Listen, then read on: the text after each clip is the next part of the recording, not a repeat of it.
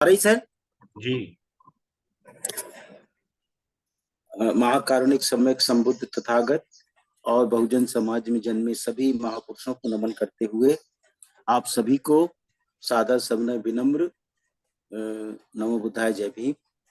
आज का जो विषय है सर मोबाइल को आड़ा रख लीजिए खड़े की जगह।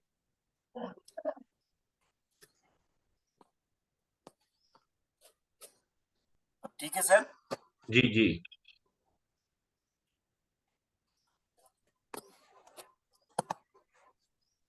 सदाचरण की आवश्यकता आज का जो विषय है हमारे धम्म और बुद्ध वाचन में। नंबर 1, तब तथागत ने पाटलीग्राम के उपासकों को संबोधित किया।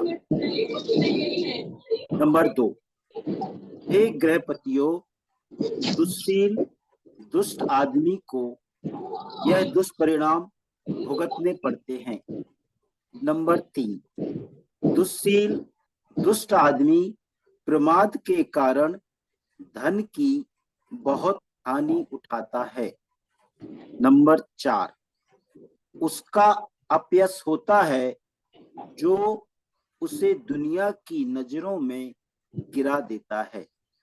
नंबर 5, वह किसी भी जमात में जाए, चाहे यह क्षत्रिय परिषद हो, चाहे ब्राह्मण परिषद हो, चाहे गृहपति परिषद हो, अथवा चाहे श्रमण परिषद हो, वह हर जगह बड़े संकोच से जाता है, व्यग्र चित्त हो जाता है, वह निर्भय नहीं होता। यह तीसरी हानि है। नंबर 6, फिर उसे मरते समय शांति नहीं होती, वह मरण काल में दुखी रहता है। यह चौथी हानि है। हे गृहपतियों, दुष्शील दुष्ट आदमी को यह दुष्परिणाम भुगतने पड़ते हैं। नंबर 8, हे गृहपतियों, अब उन लाभों का विचार करो जो सज्जन सीलवान आदमी को प्राप्त होते हैं। नंबर 9, सज्जन सीलवान आदमी अप्रमाद के कारण बहुत धन संग्रह कर लेता है। नंबर 10, उसका सुयश फैल जाता है, वह जहां जाता है सम्मानित होता है। नंबर 11, वह किसी भी जमात में जाए, चाहे वह क्षत्रिय परिषद हो, चाहे ब्राह्मण परिषद हो, चाहे गृहपति परिषद हो, अथवा चाहे श्रमण परिषद हो, वह हर जगह निसंकोच जाता है, निर्भय हो प्रवेश करता है। नंबर 12, फिर उसे मानसिक शांति प्राप्त होती है, मरते समय वह चित्त की शांति के साथ शरीर त्यागता है। नंबर 13, मूर्ख आदमी पाप करते समय यह तक नहीं जानता कि वह पाप कर रहा है, अग्नि के समान उसके पाप कर्म उसे जला देते हैं। नंबर 14, जो कोई ऐसे व्यक्ति को जो अहानिकार है, जो निर्दोष है, दुख देता है, वह या तो किसी बड़ी दुर्घटना का शिकार हो जाता है, या उसका चित्त ही विक्षिप्त हो जाता है, या उसके धन की बड़ी हानि होती है। तीसरा इसमें है सदाचरण और दुनिया की जिम्मेदारियां। तो अध्यक्ष महोदय, आगे पढ़ने का अनुमति हो तो मैं आगे पढ़ूं। जी जी जी जी, आगे पढ़े सर, आगे बढ़ा। इसका नंबर 1 है, एक बार जब भगवान बुद्ध राजगृह के वेलुवनाराम में उस जगह ठहरे हुए थे जहां गिलहरियों को दाना चुगा जाता था। एक किस्सा है जहां तथागत बुद्ध ठहरे हुए हैं, उस समय का ये वृतांत आप लोग के सामने है कि जहां गिलहरियों को दाना चुगाया जाता है वहां पर तथागत ठहरे हुए थे। उसी समय बहुत से भिक्षुओं को साथ लिए आयुष्मान सारीपुत्र दक्षिण की पहाड़ियों में चारिका कर रहे थे। रास्ते में नंबर 2, रास्ते में उनकी एक भिक्षु से मुलाकात हुई जिसने राजगृह में वर्षावास किया था। शिष्टाचार की बात हो चुकी, तब सारीपुत्र ने तथागत बुद्ध का तथा संघ का कुशल समाचार पूछा। उन्हें बताया गया कि वे अच्छी तरह हैं। तब सारीपुत्र ने राजगृह के तंडुलपाल द्वार के धानिजानी ब्राह्मण का कुशल समाचार पूछा। उन्हें बताया गया कि वह भी अच्छी तरह हैं। तीसरा, तब सारीपुत्र ने उस भिक्षु से प्रश्न किया।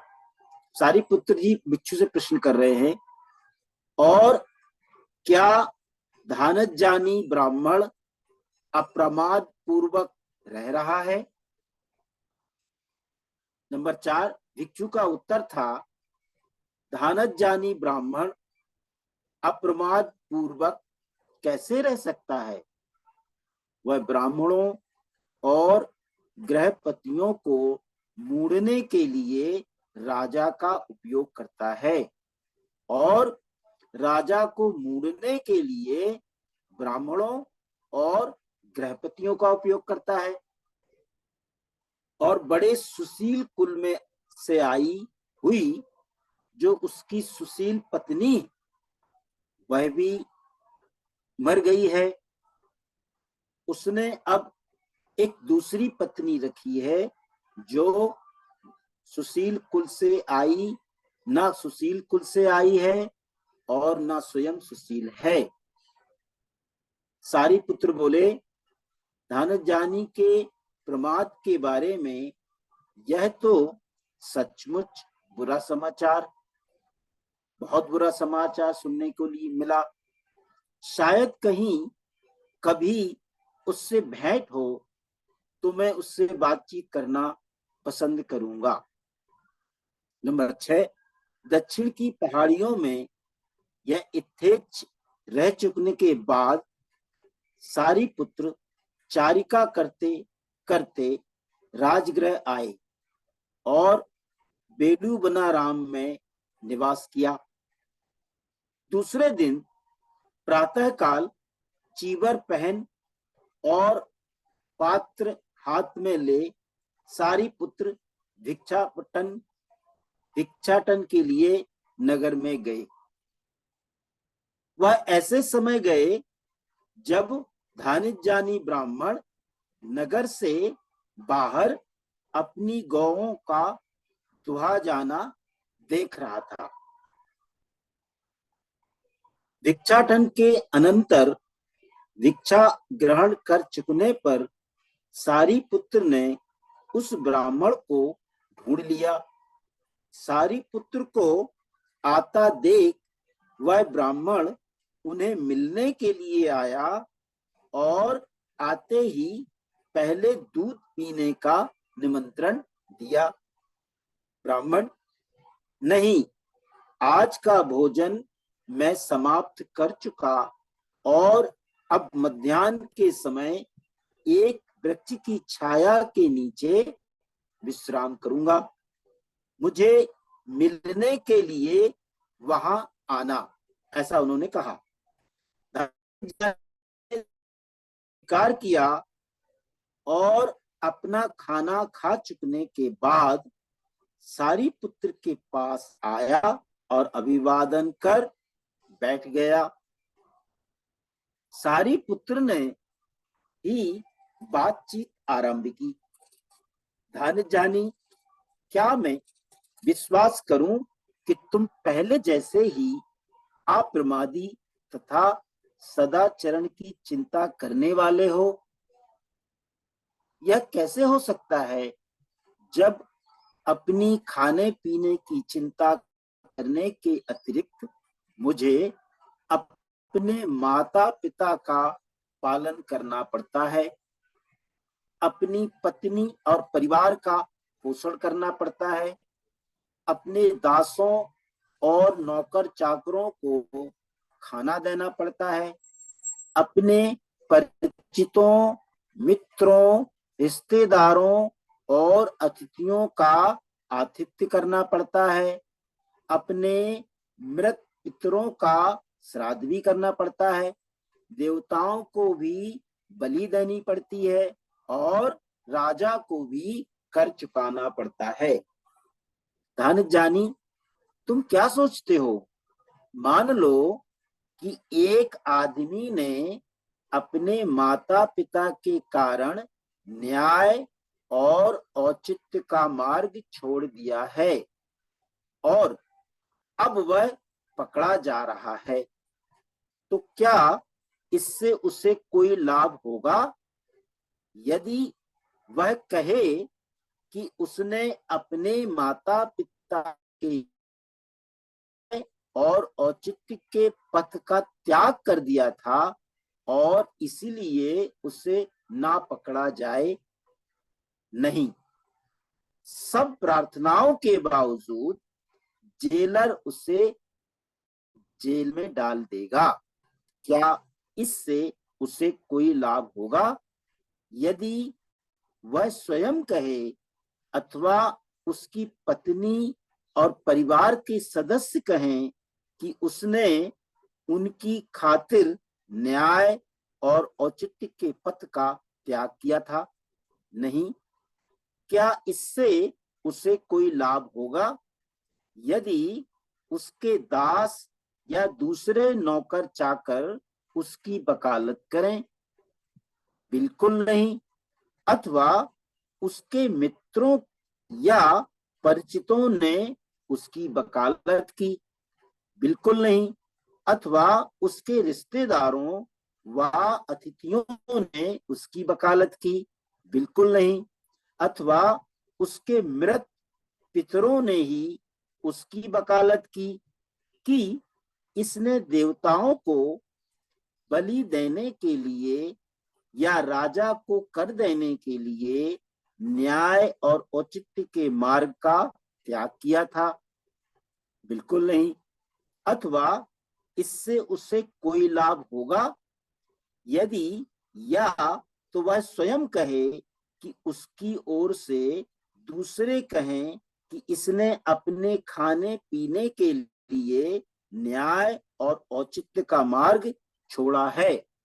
नहीं।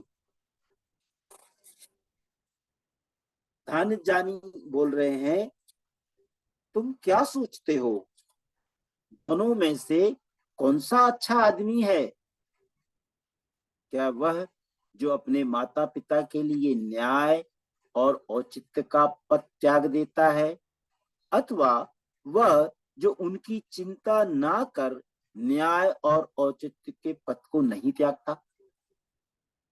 धन जानी का उत्तर था दूसरा, क्योंकि न्याय और औचित्य के पथ को त्यागने से न्याय और औचित्य के पद का ना त्यागना अच्छा है। और फिर धन जानी दूसरे रास्ते हैं जिनसे बिना न्याय और औचित्य का त्याग किए बिना कुमार्ग पर चले वह अपने माता पिता का पालन कर सकता है। तो क्या स्त्री, परिवार और दूसरों के संबंध में यही बात नहीं है? सारीपुत्र, यही बात है। तब सारीपुत्र के कथन से प्रसन्न हो धन जानी ब्राह्मण ने सारीपुत्र को धन्यवाद दिया और उठकर चला गया। चौथा है सदाचरण में संपूर्णता कैसे प्राप्त की जाए। ये क्वेश्चन मार्क है कि सदाचरण में संपूर्णता कैसे प्राप्त की जाए। एक बार जब तथागत बुद्ध श्रावस्ती में जेतवनाराम में विराजमान थे, उनके पास 500 उपासक आए। उनमें से एक का नाम धार्मिक था। धार्मिक ने तथागत से पूछा, आपके पूर्णता कैसे प्राप्त करते हैं? मैं आपसे यह प्रश्न इसलिए पूछता हूं क्योंकि आप मानव कल्याण के अनुपम शास्ता हैं। ऐसा धार्मिक जी ने तथागत से प्रश्न किया। समर्थ, तैर्थिक और परिव्राजक आपसे पार नहीं पा सके। आयु प्राप्त वृद्ध ब्राह्मण और दूसरे भी शास्त्रार्थ प्रिय लोग आपके अनुयायी बन जाते हैं। आपके द्वारा सत्य बड़ा सूक्ष्म है, किंतु बड़ा सुआख्यात है। सब लोग इसके लिए तरसते हैं। भगवान कृपया करके हमें इस प्रश्न का उत्तर दें। तथागत कह रहे हैं कि हम उपासकों को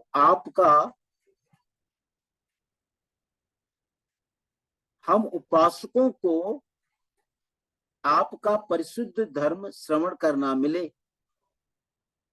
तथागत उन उपासकों पर दया करके ध्यान दो। मैं तुम्हें सदाचरण के नियम कहता हूं, सुनो और तदनुसार आचरण करो। जान से मारो नहीं, हत्या ना करो, हत्या का अनुमोदन ना करो, सबल या दुर्बल कैसा भी प्राणी हो उसकी हिंसा ना करो।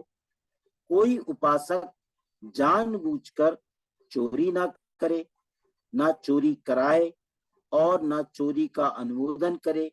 दूसरे जो दें वही ले। अब्रह्मचर्य को आग के गड्ढे के समान समझें। अब्रह्मचारी बनकर विवाहिता स्त्री से भी संसर्ग ना करें। निजी परिषद में, अदालत या बातचीत में झूठ ना बोलें। ना वह किसी को झूठ बोलने को प्रेरित करें और ना उसका समर्थन करें। उससे चाहिए कि वह असत्य का त्याग कर दे। उपासक को चाहिए कि इस नियम को माने, नशीले पदार्थों को ग्रहण ना करे, किसी को पान ना कराए, किसी के पान करने का अनुमोदन ना करे। देखे कि शराब आदमी को कैसा पागल बना देती है। शराब के नशे में उपासक पाप कर बैठते हैं तथा दूसरे प्रमादी उपासकों को पाप में प्रवृत्त करते हैं। इसलिए इस पागल बनाने के व्यसन का, इस मूर्खता का, इस मूर्ख के स्वर्ग का परित्याग करें। प्राणी हिंसा ना करें, चोरी ना करें, झूठ ना बोलें, नशीले पेय पदार्थों से दूर रहें, अब्रह्मचर्य से विरत रहें तथा रात को विकाल भोजन ना करें। सुगंधियों तथा पुष्पमालाओं आदि का त्याग करें तथा ऊंची बड़ी सैया पर ना सोएं। इस प्रकार सभी उपोषित दिनों में यह व्रत ग्रहण करें और पवित्र मन से इस अष्टांगिक व्रत का पालन करें। प्रातःकाल इन व्रतों को ग्रहण करें और शुद्ध श्रद्धायुक्त चित्त से भिक्षुओं को यथा सामर्थ्य भोजन तथा पेय पदार्थों का दान करें। माता पिता की सेवा करें धार्मिक धंधा करें। इस प्रकार दृढ़ श्रद्धावान उपासक ऊंचे पद को प्राप्त करता है। इसका 5वां बिंदु है सर, सन्मार्ग पर चलने के लिए साथी की प्रतीक्षा अनावश्यक। तो आगे पढ़ूं सर, आगे पढ़ूं? जी सर। नंबर 1, जिस प्रकार हाथी युद्ध में बाण से गिरे हुए तीरों को सहन करता है, उसी प्रकार मुझे दुष्टों के दुर्वचनों को सहन करना चाहिए, क्योंकि संसार में दुष्शीलों की कमी नहीं।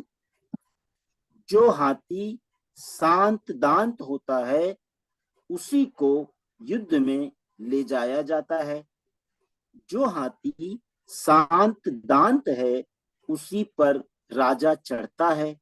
इसीलिए प्राणियों में वह शांत दांत व्यक्ति ही सर्वश्रेष्ठ है, जिसे कोई कटु वचन विचलित नहीं करता। नंबर 3, शिक्षित खच्चर होता है, शिक्षित खच्चर अच्छा होता है। सिंधु की शिक्षित श्रेष्ठ अश्व अच्छा होता है। शिक्षित बल संपन्न हाथी अच्छा होता है। आदमियों को आत्मसंयत सबसे अच्छा होता है। ऐसे श्रेष्ठ वाहन भी हमें निर्वाण पथ पर आगे नहीं ले जा सकते। हम स्वयं आत्मनिर्भर आत्मसंयत होकर ही निर्वाण पथ पर अग्रसर हो सकते हैं। 5वां है, अप्रमाद में आनंद मनाओ, स्मृति समृद्धि युक्त रहो, क्योंकि कभी प्रमाद मत करो। अपने आप को कुपथ से हटाकर सुपथ पर लाओ। हाथी को दलदल से निकालो। यदि तुम्हें कोई एक श्रेष्ठ बुद्धिमान दृढ़ साथी मिला है, तो सब चिंताओं को छोड़कर उसके साथ प्रसन्नता पूर्वक विचरण करो। 7वां है, यदि तुम्हें कोई श्रेष्ठ बुद्धिमान साथी नहीं मिला है,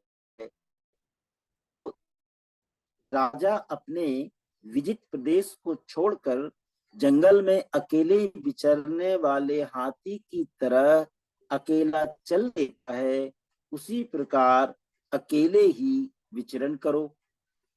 अकेला रहना अच्छा है, मूर्खों का साथ हो ही नहीं सकता। अकेला रहे, कोई पाप कर्म ना करे, अल्पेक्ष रहे, एकांत में रहे, जैसे जंगल में बल संपन्न हाथी। तमाम अकुशल चेतनाओं का त्याग करे।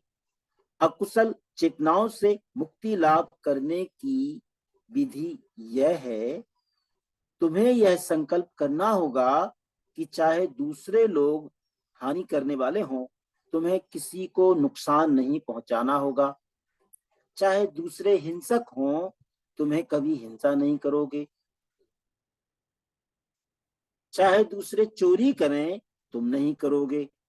चाहे दूसरे पवित्र जीवन व्यतीत ना करें, तुम करोगे। चाहे दूसरे किसी की निंदा करें, विरुद्ध बोलें, व्यर्थ बोलें, तुम नहीं बोलोगे। चाहे दूसरे लोभ लालच करें, तुम नहीं करोगे।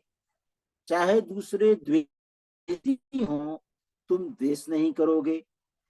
चाहे दूसरे मिथ्या दृष्टि हों, तुम नहीं होगे। चाहे दूसरों के मिथ्या संकल्प हों, तुम सम्यक संकल्प वाले रहोगे। चाहे दूसरों की मिथ्या वाणी हो, तुम अपनी वाणी सम्यक रखोगे।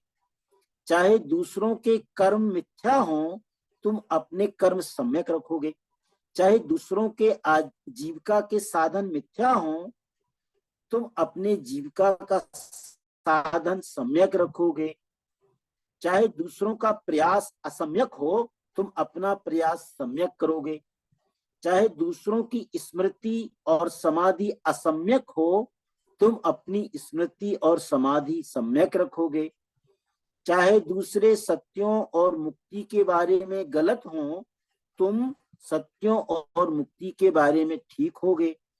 चाहे दूसरे आलस्य और तंद्रा से युक्त हो, तुम आलस्य और तंद्रा से मुक्त रहोगे।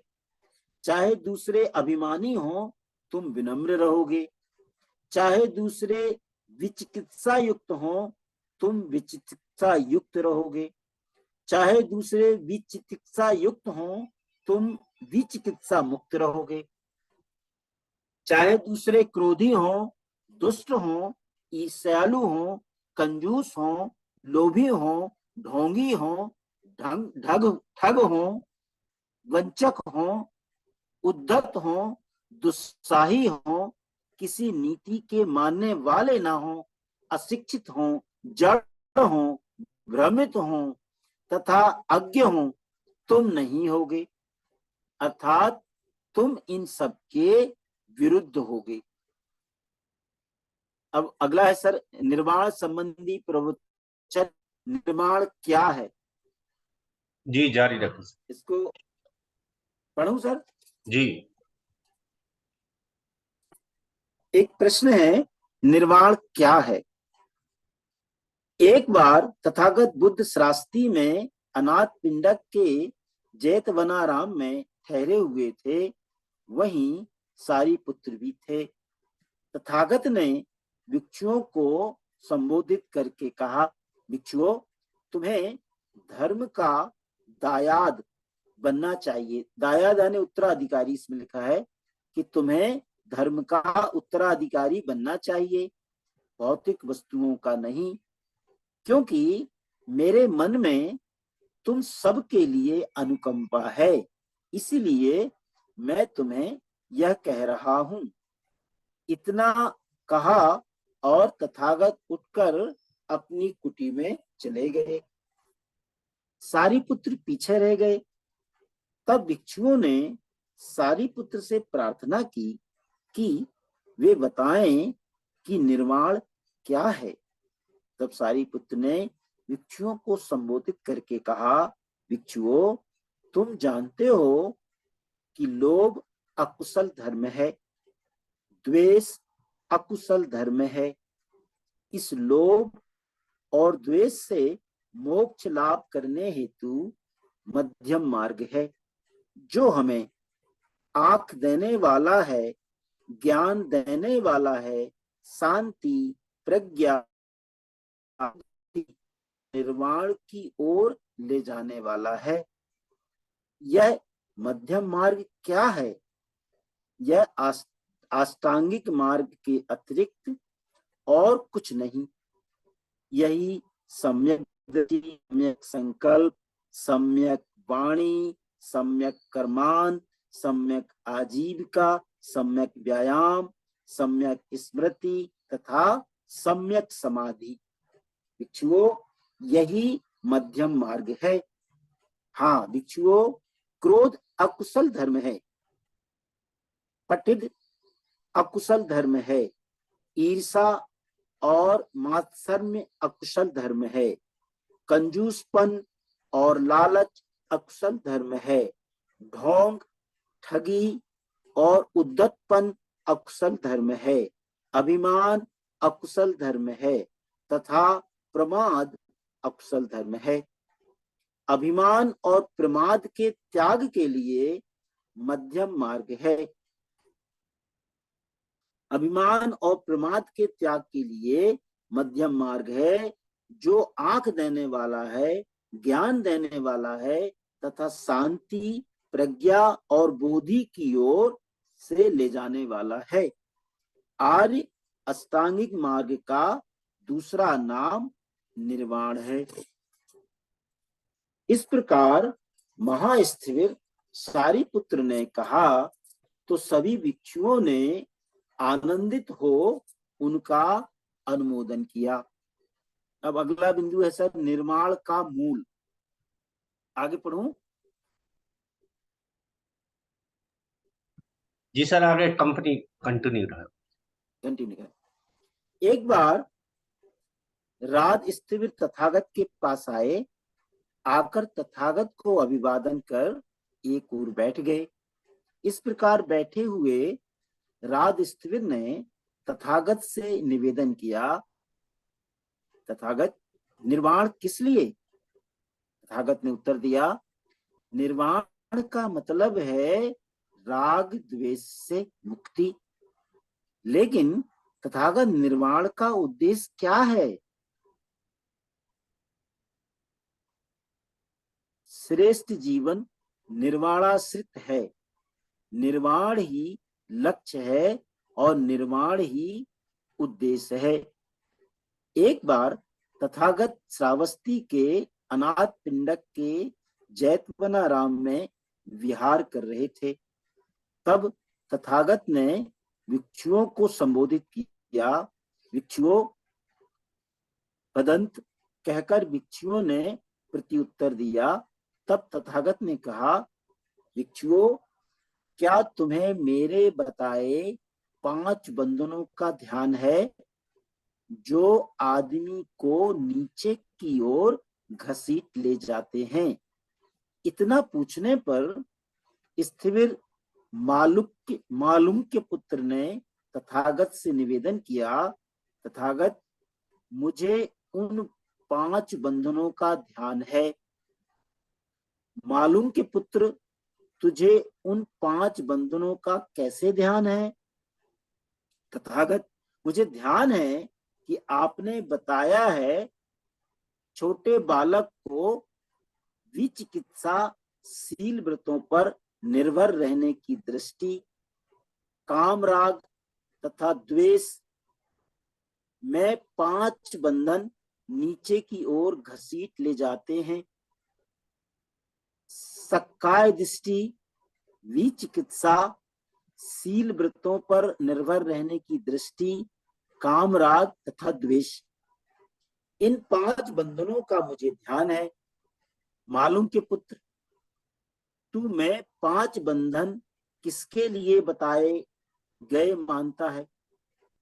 क्या दूसरे मतों के अनुयायी छोटे बालक को ही उपमा देकर तुझे यह कहकर दोष नहीं देंगे क्या?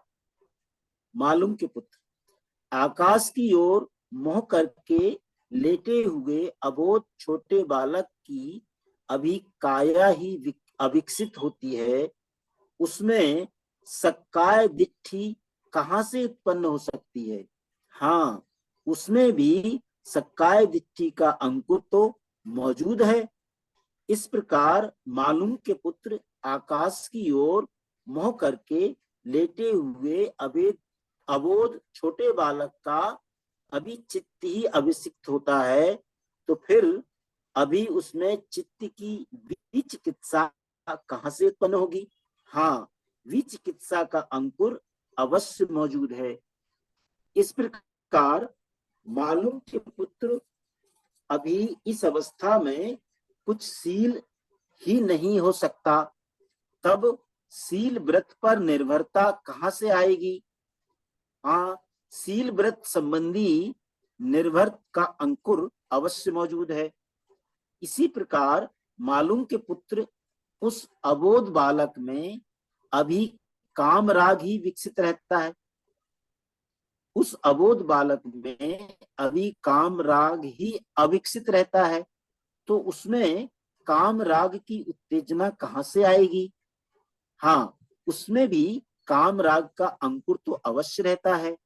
इसी प्रकार मालूम के पुत्र उस अबोध बालक के लिए अभी प्राणियों का अस्तित्व ही नहीं है, तब उसके मन में प्राणियों का द्वेष कहां से आएगा? हाँ, उसमें भी द्वेष का अंकुर तो अवश्य है। तो क्या मालूम के पुत्र दूसरे मतों के अनुयायी छोटे अबोध बालक को ही उपमा देकर तुझे दोष नहीं देंगे? जब यह कहा जा चुका, तब महास्थिविर आनंद से तथागत से निवेदन किया, सुगत, अब आपके लिए विश्राम करने का समय है। सुगत, अब आपके लिए विश्राम करने का समय है। सधर्म संबंधी प्रवचन। सम्यक दृष्टि का पहला स्थान क्यों है? आर्य अष्टांगिक मार्ग में सम्यक दृष्टि श्रेष्ठतम है। सम्यक दृष्टि श्रेष्ठ जीवन की प्रत्येक बात की भूमिका है, चाबी है, और सम्यक दृष्टि का ना होना सभी बुराइयों की जड़ है। सम्यक दृष्टि के विकास के लिए आवश्यक है कि आदमी जीवन की प्रत्येक घटना को प्रतीत समुत्पन्न जाने। सम्यक दृष्टि का मतलब ही है प्रतीतमय समुच्चयात के नियम को जान लेना। भिक्षुओं, जो कोई भी व्यक्ति मिथ्या दृष्टि रखता है, मिथ्या संकल्प रखता है, मिथ्या वाणी रखता है, मिथ्या कर्मांत रखता है, मिथ्या जीविका रखता है, मिथ्या प्रयास करता है, मिथ्या स्मृति या मिथ्या समाधि रखता है, जिसका ज्ञान और विमुक्ति मिथ्या रहती है, उसका हर कार्य, उसका हर वचन, उसका हर विचार, उसकी हर चेतना, उसकी हर आकांक्षा, उसका हर निश्चय, उसकी हर प्रक्रिया, ये सभी चीजें उसे ऐसी स्थिति की ओर ले जाती हैं जो कि अरुचिकर होती हैं, अप्रीतिकर होती हैं, बुरी लगती हैं, अलाभप्रद होती हैं और दुखद होती हैं। ऐसा क्यों? मिथ्या दृष्टि के कारण ठीक आचरण ही पर्याप्त नहीं है। एक छोटा बालक ठीक आचरण कर सकता है, लेकिन इसका यह मतलब नहीं है कि उसे इसका ज्ञान है कि उसका आचरण ठीक है। ठीक आचरण के लिए ठीक आचरण का ज्ञान होना आवश्यक है। आनंद, यथार्थ भिक्षु किसे कहते हैं? यथार्थ भिक्षु उसे ही कहते हैं जो बुद्धि पूर्वक संभव और असंभव के भेद को समझ लेता है। मृत्यु के बाद के जीवन की चिंता व्यर्थ। एक बार स्थिविर महाकश्यप तथा स्थिविर सारिपुत्र बनारस के पास ऋषिपतन के मृगदाय में ठहरे हुए थे। स्थिविर सारिपुत्र शाम के समय ध्यानावस्था से उठ स्थिविर महाकश्यप के पास गए और एक ओर बैठ गए। इस प्रकार बैठे हुए सारिपुत्र ने काश्यप से कहा, काश्यप, क्या तथागत मरणांतर रहते हैं? तथागत बुद्ध ने यह व्याकृत नहीं किया कि तथागत मरणांतर रहते हैं, तो क्या तथागत मरणांतर नहीं रहते? तथागत बुद्ध ने यह व्याकृत नहीं किया कि तथागत मरणांतर नहीं रहते हैं, तो क्या तथागत मरणांतर रहते भी हैं और नहीं भी रहते हैं? तथागत बुद्ध ने यह भी व्याकृत नहीं किया कि तथागत रहते भी हैं और नहीं भी रहते हैं, तो क्या तथागत मरणांतर भी नहीं रहते हैं और नहीं भी रहते हैं? तथागत बुद्ध ने भी यह भी व्याकृत नहीं किया कि तथागत मरणांतर नहीं भी रहते हैं और नहीं भी रहते हैं। लेकिन तथागत ने इसे अव्याकृत क्यों नहीं किया? यह एक ऐसा प्रश्न है जिसका उत्तर देने से मनुष्य का कुछ भी लाभ नहीं, यह श्रेष्ठ जीवन का आरंभ भी नहीं। इससे न प्रज्ञा की प्राप्ति होती है और न यह निर्वाण की ओर ले जाता है। यही कारण है कि तथागत ने इसको अव्याकृत रखा है। ईश्वर ने प्रार्थनाएं और याचनाएं करना बेकार, ईश्वर से प्रार्थनाएं और याचनाएं करना बेकार। एक बार भगवान बुद्ध ने वासेट से बातचीत करते हुए कहा, यदि यह अचिरवती नदी किनारे तक लबालब भरी हो और एक आदमी जिसे नदी के दूसरे तट पर काम हो इसे पार करना चाहे और किनारे पर खड़ा होकर वह दूसरे किनारे को पुकार लगाए, हे उधर के किनारे इधर आओ, हे उधर के किनारे इधर आओ। हे वासिक, अब यह सोचो कि क्या उस आदमी की प्रार्थना करने से, याचना करने से, आशा लगाने से, स्तुति करने से वह दूसरा किनारा उधर से इधर चला आएगा? ठीक इसी तरह वासेट 3 वेदों के जानकार ब्राह्मण उन गुणों की अपेक्षा करके जो वास्तव में किसी को सच्चा ब्राह्मण बनाते हैं, उन दुर्गुणों का अभ्यास करते हैं जो किसी को भी अब्राह्मण बनाते हैं, ऐसी प्रार्थनाएं करते हैं। हे इंद्र, हम तेरा आह्वान करते हैं। हे ब्रह्म, हम तेरा आह्वान करते हैं। हे ईशान, हम तेरा आवाहन करते हैं। हे प्रजापति, हम तेरा आवाहन करते हैं। हे ब्रह्म, हम तेरा आवाहन करते हैं। वासेठ, यह निश्चित है कि ऐसा नहीं हो सकता कि अपनी प्रार्थनाओं, अपनी याचनाओं, अपनी आशाओं और अपनी स्तुति के कारण यह ब्राह्मण अपनी मृत्यु के बाद ब्रह्म में लीन हो जाए। ऐसा निश्चय से नहीं सकता। ऐसा निश्चय से हो नहीं सकता। ठीक है सर, थैंक यू। बहुत बहुत साधु।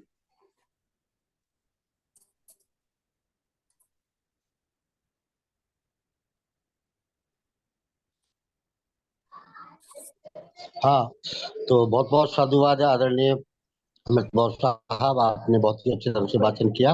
अब कार्यक्रम को आगे बढ़ाते हुए, समय को ध्यान में रखते हुए मैं आदरणीय आज हमारे अध्यक्ष महोदय शुद्धोधन बड़बड़े से आग्रह करता हूं कि वो आए और अपना अध्यक्षीय उद्बोधन रखें।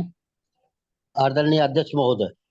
जी जी जी, जय भीम, नमो बुद्धाय। आप सभी उपस्थित उपासक उपासिकाओं को मेरा सप्रेम जय भीम। आवाज आ रही है साहब? आ रही सर, आ रही। जी जी जी।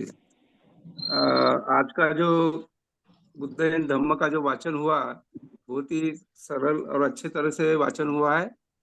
और आज का जो टॉपिक था वो भी बहुत ही महत्वपूर्ण था, सदाचारण।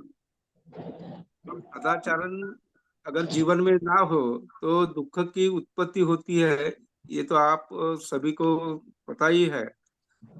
और सदाचारण, हेलो जी जी, हेलो, बात रखें। जी, हाँ जी आवाज आ जी, रही है सर, बात रखें। हाँ आवाज आ रही। तो ये जो अलग अलग पृष्ठ में जो सदाचारण के लिए जो बातें बता गई है, वो जो है सदाचरण का मापदंड है। मापदंड यानी मेजर करने की जो बात होती है कि कोई चीज अगर अपन मेजर करते हैं कि कितना चले, तो वो मीटर में, किलोमीटर में, फरलांग में अपन वो उसकी बात गिनते हैं। उसी तरह अगर आदमी सदाचरण में लीन होना चाहिए, सदाचरण उनका कैसा गिना जाए, उसके लिए उन्होंने सबसे पहले 10 बातें बताई है। पहले तो काया की 3 बातें हैं, वाचा की 4 बातें हैं, और उसके बाद में चित्त या मन की 4 बातें हैं। ऐसे 10 बातें अगर उतर जाए अपने जहन में, जीवन में, तो आपका जीवन सुखमय हो सकता है, आपका कल्याण हो सकता है, और आपके साथ साथ सभी का कल्याण हो सकता है। अभी मुझे कितने समय बोलना है सर जी? बस अब 8 बजे तक खत्म होता है। हाँ आप जी, हाँ एक आध 2 ठीक मिनट है और। ठीक है। तो मुझे ये लगता है कि वो जो 10 चीजों जो है, तो 10 चीजों अपन अपने जीवन में उतरना चाहिए कि।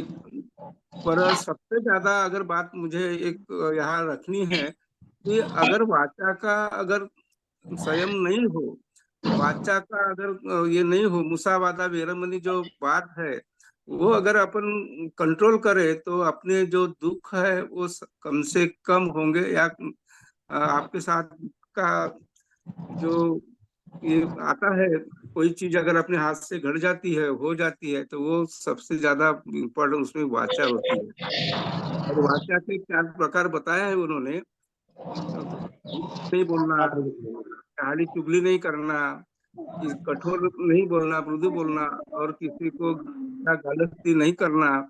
और ये जो 4 बातें जो बताई है, वो अपने जीवन में अपन देखते हैं सराउंडिंग में कि वो बहुत आजू बाजू में होता है। तो ये जो सब बातें हैं, और उसी तरह अपने चित्त में, मन में जो अगर बातें कोई उभरती है कि मैं, अगला आदमी मेरे साथ ऐसी बात कर किया, मैं उसका द्वेष करूं, तो वो भी अगर बात अपन वो छोड़ दे, द्वेष करना छोड़ दे, या और जो 3 बातें उसमें बताई है चित्त के लिए, द्वेष करना छोड़ दो, चित्त में मत लाओ द्वेष करना। उसी तरह किसी का बुरा मत सोचो। और सबसे पहली बात ये होती है कि अगर कोई आपके मन में लोभ उठता है, अगर लोभ उठता है तो ही आप उसके साथ साथ फिर आगे अपना बर्ताव बढ़ता है, अपनी भाषा बोलती है, और आप उस डायरेक्शन में काम करते हो। तो लोभ भी आपका चित्त में अगर उठता है तो वो अप्रमाद है, या वो अपने सदाचरण का लक्ष्य नहीं है। तो सदाचरण के लिए लोभ नहीं होना चाहिए, और किसी का द्वेष, या उसका चित्त में अपने मन में बोले कि भाई ये मेरे साथ झगड़ा हो गया इसका, तो इसका खराबा हो जाए, तो ऐसा भी बोलना नहीं है। उसी साथ साथ अपनी दृष्टि जो है, इसमें अभी आपने बोला है बहुत अच्छी तरह से, वहां पढ़े हैं अपन ने, कि अपनी दृष्टि जो है मिथ्या दृष्टि नहीं होना चाहिए। अपनी दृष्टि सत्य को सत्य, असत्य को असत्य ही समझना चाहिए। और वो दृष्टि से अगर अपन चले तो मुझे लगता है कि अपने जीवन में सुख आएगा, और साथ साथ अपना कल्याण और दूसरों का भी कल्याण आप साध सकते हैं। तो जो निर्वाण की जो बात बताई लास्ट में, निर्वाण तो अगर आप अगर सत्य सत्य मार्ग पर चलोगे तो मरते समय आपको ये कोई चीज आपको सताएगी नहीं, ये भी बात वहां बताई है। ये भी बात सही है। तो आप अगर दुख से घिरे हो, किसी का भला बुरा अच्छा नहीं किया, भला नहीं किया, और बुरा अगर तुम्हारे हाथ से हुआ हो, तो ये दोनों भी बातें उस समय आपको याद आएगी, क्योंकि जब तक आपका चित्त नहीं खत्म होता तब तक आपकी मृत्यु नहीं होती। ये भी बात सही है। यानी मृत्यु के लास्ट क्षण तक आपका चित्त जीवित रहता है, और आप सोचते रहते हैं कि भाई मैं अभी तो मृत्यु शैया में पड़ा हूँ, या रोगी हूँ, अगर अभी थोड़ी देर में मेरा ये होने वाला है, मेरी सांस रुकने वाले, उस समय भी आपके दिमाग में अगर ये बातें अगर घूमती रही, तो ये आपका मृत्यु भी कष्टमय होता है। तो आपका मृत्यु भी अच्छा होना चाहिए। इसलिए निर्वाण पद के लिए जाते समय, मृत्यु के बाद में क्या निर्वाण ही होता है, क्योंकि जब तक आप जीवित है तो हर चीज लगी हुई रहती है। आदमी जन्म से लेके तो लोभ और द्वेष, मोह माया प्रेम, ये अपन ने छूटा नहीं है, वो कम से कम होना चाहिए। ये जो बातें आज आपने बताई बहुत अच्छी बताई। और आप लोग, आप हमारे, मुझे राष्ट्रीय बौद्ध महासभा ने आज के ये उद्वयन धम्म का जो पवित्र वाचन है, अपन वर्षावास के पीरियड में, ये तो हमारे बिहार में और इधर बाकी जगहों पे भी उद्वयन धम्म का वाचन होता है। उसी साथ साथ अधिष्ठान होता है हमारे बिहार में। भंते जी रुके हैं, उनको सुबह सुबह हम 5 बजे, 5:30 बजे उनके तरफ ध्यान होता है, और उसके बाद में प्रवचन होता है, और शाम को भी प्रवचन होता है। तो ये जो श्रृंखला है ये वर्षावास में चालू रहती है। और ये जो वर्षावास करने के जो आदेश है भगवान गौतम बुद्ध ने ही दिया है। और वर्षावास में बहुत से ये जो चीजें है कि क्यों करना चाहिए, इस पर मैं विस्तार से अभी नहीं बताऊंगा। अगर कभी मौका मिले तो मैं वर्षावास, आषाढ़ पूर्णिमा से अश्विन पूर्णिमा तक क्या क्या अपन कर सकते हैं, क्या होता है, ये मैं विस्तार से बाद में बता सकता हूँ, क्योंकि अभी समय कम है। और आप लोग सुबह 7 बजे से जुड़े हैं, तो मैं मेरी वाणी को यही विराम देता हूँ।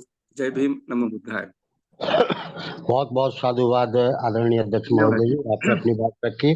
अब मैं आदरणीय कार्यवाही के अध्यक्ष बालन बाबू साहब से अनुरोध करता हूँ कि संक्षिप्त में अपनी बात रखते हुए हमें कार्यक्रम समाप्त करने की अनुमति प्रदान करेंगे। आभार व्यक्त करें। जी, बहुत बहुत साधुवाद। महाकारुणिक तथागत गौतम बुद्ध बोधिसत्व बाबा साहब को नमन करते हुए आज के अध्यक्ष महोदय, उपस्थिति है आदरणीय जनों को जय भीम, नमो बुद्धाय। बहुत कम समय में बात रखूंगा, 2 मिनट 1 मिनट। कानून और नियम जो हैं, आज के वाचन में अधिकतर संबोधन है वो नियम के ऊपर है, सदाचरण से ही लेकर। तो एक इसकी परिभाषा ऐसी भी है कि कानून मकड़ी का वो जाला है जिसमें छोटे मोटे जीव जंतु तो फंस जाते हैं, लेकिन ताकतवर जीव जंतु उसको तोड़कर आगे निकल जाते हैं। जो सदाचरण है, सम्यक दृष्टि है, निब्बान है, और मृत्यु के बाद क्या होता है, ईश्वर और उससे की गई सभी प्रार्थना बेकार हैं। हमारे समाज के अधिकतर साथी इनका अनुसरण करने के लिए तो तैयार हैं, लेकिन जो हमारे आगे चलने वाले अधिकतर साथी होते हैं वो इन बातों को जानते हुए भी इनका अनुसरण कहीं ना कहीं हम उदाहरण के रूप में पेश नहीं करते समाज में, और उन्हीं बातों को ज्यादा डिबेट करते हैं जिनको अनडिक्लेयर्ड इज इट, जैसे कहा कि तथागत ने कौन कौन सी बातों को अभ्यकृत रखा है। तो मैंने देखा है कि जहाँ बड़े बड़े विद्वान और बुद्धिस्ट साथी हैं वो अनडिक्लेयर्ड पर ही बहुत ज्यादा डिबेट करते हैं कि ईश्वर है कि नहीं है, आत्मा है कि नहीं, मरने के बाद क्या होता है, बड़ी बड़ी डिबेट चलती हैं इस पर। जबकि इसको तथागत ने ही अनडिक्लेयर्ड इजिट रखा है, अव्यकृत रखा है, इस पर बात ही नहीं करना।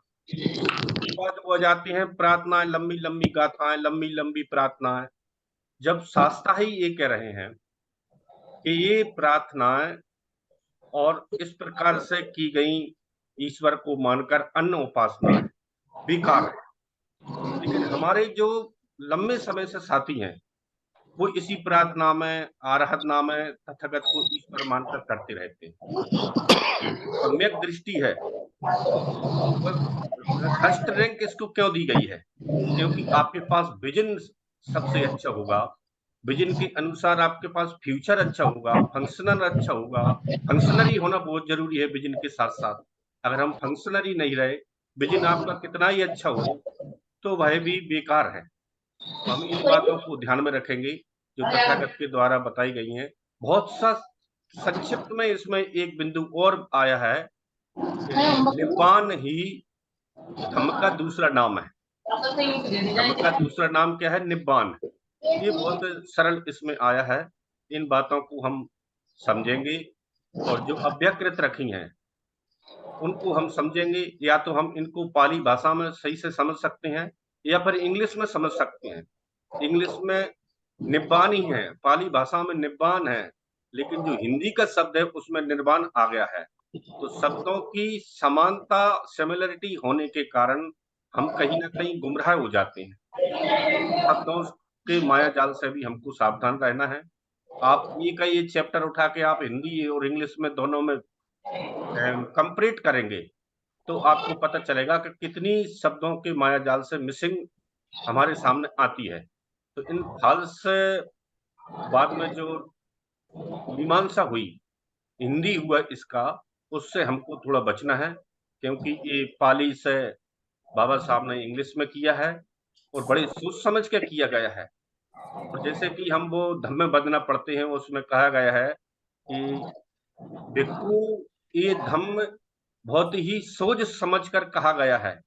ये पहली ही दृष्टि में एक बार में ही हो जाने वाला ज्ञान है, आपको प्राप्त हो जाने वाला ज्ञान है। तो इसकी हम ज्यादा उसके डीपली में न जाकर, जैसे सम्यक दृष्टि का जो विजन है उसके अनुसार हम चलेंगे। और आज के वाचन में जुड़े हुए सभी आदरणीय जनों को, वाचनकर्ताओं को, अध्यक्ष जी को और सभी को बहुत बहुत साधुवाद, आभार सभी का। और आज यहीं इस को समापन के लिए सभ्य सत्ता से करने की मैं अनुरोध करता हूँ। सभी साथियों से निवेदन